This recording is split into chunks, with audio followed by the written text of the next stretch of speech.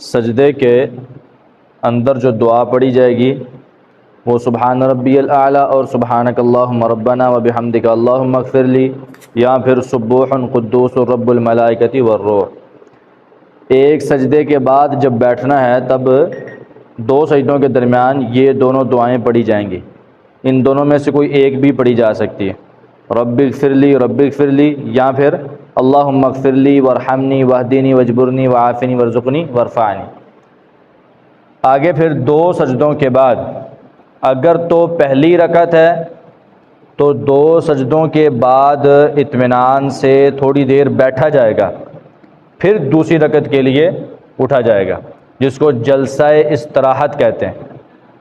دو سجدوں کے بعد بڑے آرام سے بیٹھنا، اس میں پڑھنا کچھ نہیں ہے، صرف بیٹھنا ہے تھوڑی دیر کے لیے، 1 یا 2 سیکنڈ کے لیے آرام سے اطمینان سے بیٹھ کے پھر اٹھنا ہے، تو وہ دوسری رکعت کے لیے اٹھنا۔ اگر دوسری رکعت پڑھ رہے ہیں تو پھر اس میں تشہد آ جائے گا دو سجدوں کے بعد، تشہد آئے گا تو اس میں التحیات للہ والصلوات والطیبات۔ اگر تو پہلا تشہد ہے تو اس کا بیٹھنے کا طریقہ کہ نبی علیہ الصلوۃ والسلام اپنے بائیں پاؤں کو بچھا کے اس کے اوپر بیٹھا کرتے تھے اور دائیں پاؤں کو کھڑا کیا کرتے تھے، ٹھیک ہے۔ اگر تو آخری تشہد ہے تو اس میں دایاں پاؤں کھڑا کیا جائے گا اور بائیں پاؤں کو دائیں پاؤں کے دائیں ٹانگ کے نیچے سے نکال کے باہر کیا جائے گا، ٹھیک ہے، اور اس کو اس طرح کیا جائے گا، یعنی یہ دایاں پاؤں کھڑا کرنا ہے، بائیں پاؤں کو آپ نے دائیں کے نیچے سے نکال لینا باہر، اور پاؤں بالکل کھڑا ہوگا، دائیں کے نیچے سے بایاں باہر ہوگا اور ایسے بیٹھا جائے گا، اور اس بازو کو بالکل سیدھا اور اس کو ایسے رکھا جائے گا نیچے،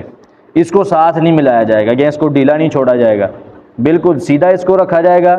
اور اس کو ایسے، اور نظر آپ کی جو ہے وہ انگلی کی طرف ہو جس کو آپ نے کھڑا کرنا ہے، تو اس طرح۔ تو ہاتھ کو رکھنے کے دو طریقے حدیث میں بیان ہوئے، ایک طریقہ آئے گا کہ جو ہے نا وہ ساری انگلیوں کو بند کر لیا جائے سوائے شہادت والی انگلی کے، ٹھیک ہے، ایسے بھی ٹھیک ہے، اور 53 کی گرہ لگانا یہ بھی ٹھیک ہے۔ 53 کی گرہ کیسے لگتی ہے کہ بھئی ان 3 انگلیوں کو بند کیا جائے اور اس کو، ٹھیک ہے، ایسے بھی ٹھیک ہے، اور حلقہ بنانا، یہ ہاتھ کا حلقہ ایسے 2 انگلیوں کو بند کرنا، انگوٹھے کو درمیان میں انگلی کے ساتھ ملانا اور اس کو کھڑا کرنا ایسے، یہ بھی ٹھیک ہے، ساری انگلیوں کو بند کرنا بھی ٹھیک ہے اور ایسے رکھنا بھی ٹھیک ہے۔ اور اس کے آگے 2 طریقے ہیں، صرف انگلی کو اشارہ کر کے رکھنا ایسے بالکل سیدھا، اور دوسرا طریقہ ہلکا سا ایسے اس کو حرکت دینا۔ جو ہمارے یہاں آج کل ہو گیا ہے ایسے بار بار، یہ طریقہ کار غلط ہے، حدیث میں اس کی کوئی جو ہے نا وہ وضاحت نہیں ہے، بار بار اس کو ایسے کرنا، یہ چیز ہلکا سا اس کو حرکت دینا، یہ حدیث میں ثابت ہے، ٹھیک ہے، باقی واللہ اعلم۔